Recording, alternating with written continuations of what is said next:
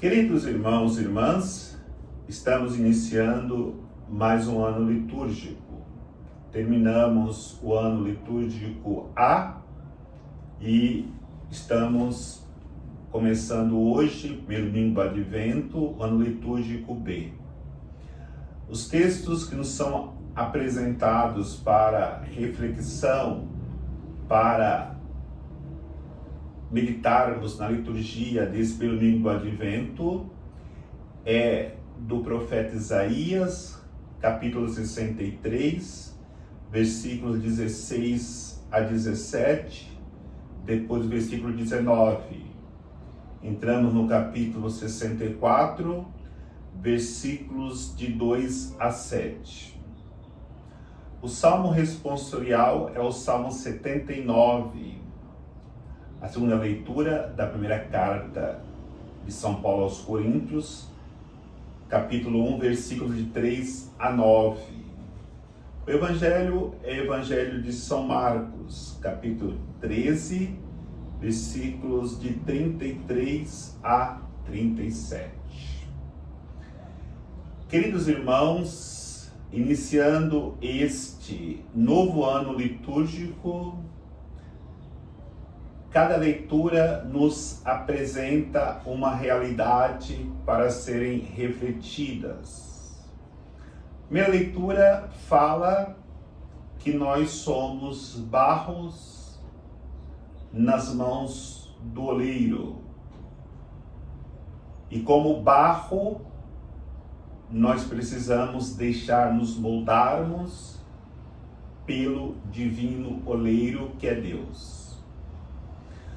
A segunda leitura fala que nós fomos enriquecidos com todas as graças. Fala que somos ricos. O Evangelho nos fala que nós somos porteiros vigilantes. Temos que ser porteiros vigilantes. E o Salmo 79 fala que nós somos a videira do Senhor. E aí eu quero fazer a nossa reflexão, refletindo em cada uma dessas realidades que nos apresentam as leituras. A começar pela primeira leitura, que fala que nós somos barro nas mãos do oleiro. Nós lembramos que São Paulo vai falar sobre essa realidade, dizendo que nós trazemos esse tesouro que é Deus em vaso de barro. Nunca podemos esquecer que nós somos barro, e o barro é frágil, e por isso precisamos desta grande família, que é a família de Deus, para nos preservar, para cuidar de nós, para não quebrarmos pelo caminho. Aliás, dentro desta reflexão da nossa grande família, precisamos entender: Deus é o diamante, só Deus é o diamante.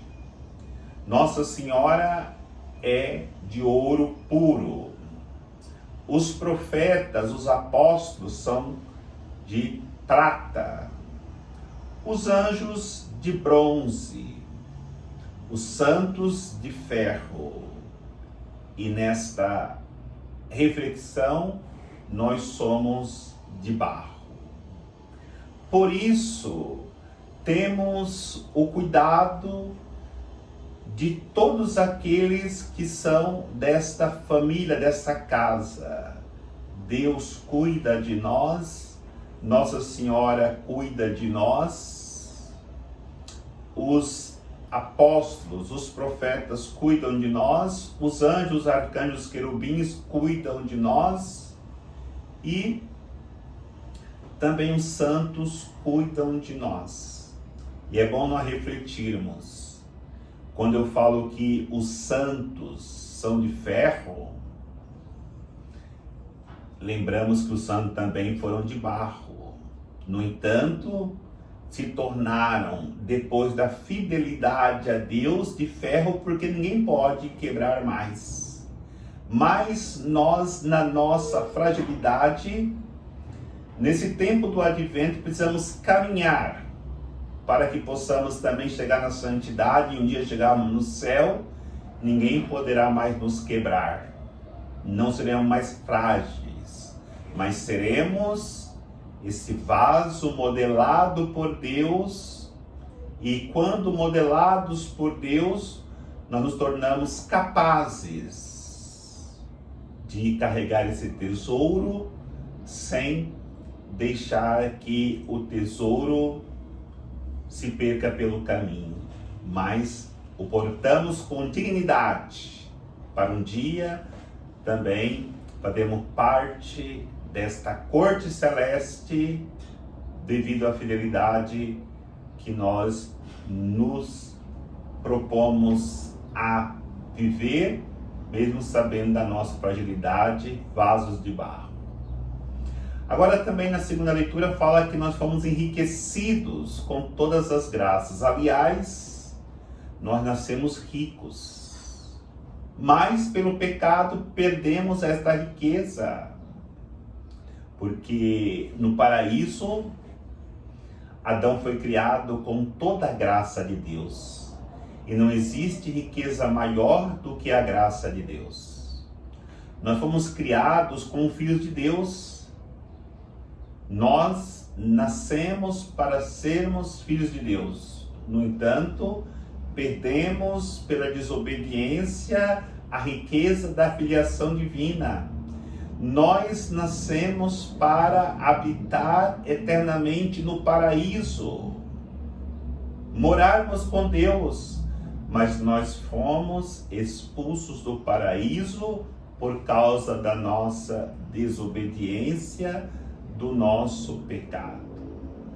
De ricos que éramos, nos tornamos miseráveis. Mas aí, celebrando o tempo do advento, nós temos que refletir exatamente sobre isso, porque em Jesus Cristo que vem, que nasce, se encarnando, devolve à humanidade essa riqueza.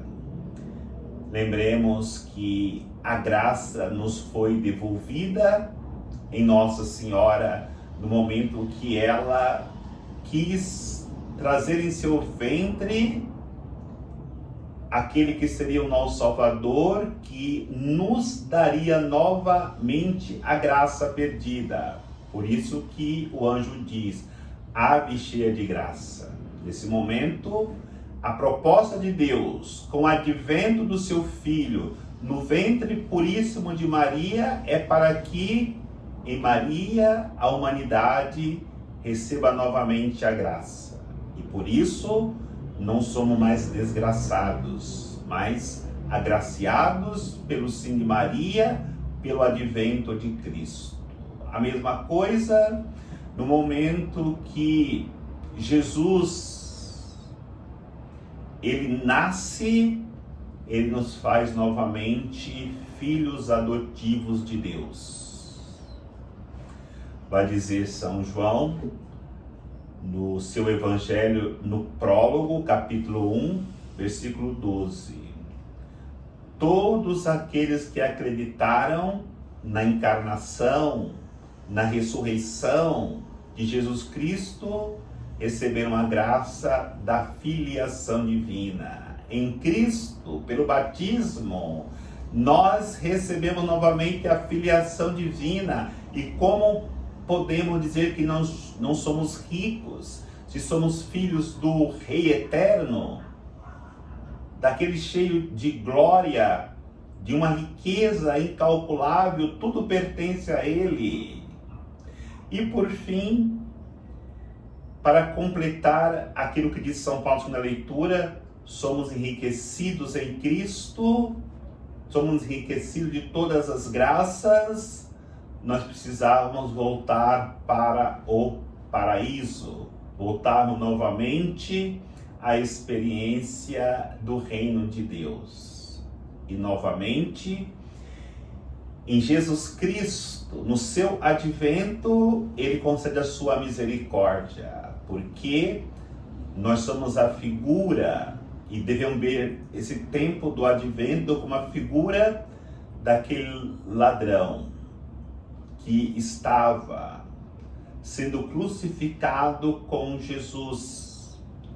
E na última hora ele se arrepende, reconhece o seu pecado e fala para Jesus: lembra-te de mim quando entrares no teu reino. Jesus imediatamente responde: hoje mesmo estarás comigo no paraíso. Nesse momento, Jesus devolve para o pecador a riqueza que ele havia perdido, a maior de todas as riquezas, que é a volta para o paraíso, é entrar com ele na sua glória. Por isso que temos que entender o que São Paulo diz na segunda leitura: somos enriquecidos de todas as graças, não somos mais miseráveis, somos resgatados em Cristo. E no Evangelho, a figura do porteiro vigilante. Os mestres de Israel diziam que haviam 4 noites, que era necessário vigiar nestas 4 noites. Quais são essas 4 noites? A primeira noite era aquela que a terra era sem forma e vazia. Não havia lua, não havia o sol, tudo era trevas. E Deus diz: faça-se a luz. A encarnação de Jesus no mundo que está envolto em trevas, nessa noite densa, Deus quer falar em nossas vidas. Nessa primeira noite, faça-se luz. Faça-se luz no teu coração, na tua alma, na tua vida, em tudo aquilo que te envolve. A segunda noite que os rabinos, que os mestres de Israel refletia, é a noite que Deus chamou Abraão, porque ali Deus chamou um povo para viver a fé, sair da escuridão e viver a fé. E Deus disse para Abraão: deixa a tua terra e vá para onde eu lhe mandar. Abraão, ele teria que escolher confiar cegamente em Deus ou permanecer numa vida sem sentido. Esse tempo de advento é para nós exatamente isso: deixar a nossa terra e nessa noite que Deus fala conosco, irmos para onde Deus quer ou permaneceremos na escuridão. Isso é escolha de cada um de nós. A terceira noite é a noite onde o povo saiu da escravidão do Egito, a noite da liberdade. Exatamente esse tempo do advento é um convite para que nós saiamos da escravidão do pecado e caminhemos livre para a terra prometida. Mas entre a terra prometida há uma longa caminhada pelo deserto para chegar lá. Esse tempo do advento é uma caminhada pelo deserto para nós adentrarmos a terra prometida. Por isso, precisamos caminhar nesse deserto, nessa noite escura, com muita confiança que Deus estará conosco em todos os momentos.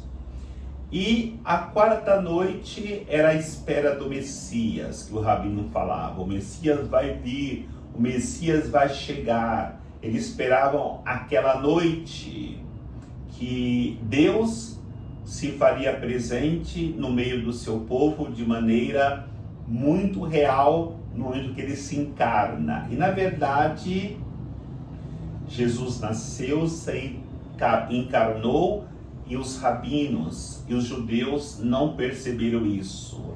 A nossa preparação nesse tempo de advento é na expectativa da segunda vinda do Senhor. E por isso vivemos nessa noite deste mundo, atribulados, angustiados, sofredores. No entanto, essa noite vai passar, porque o Senhor virá.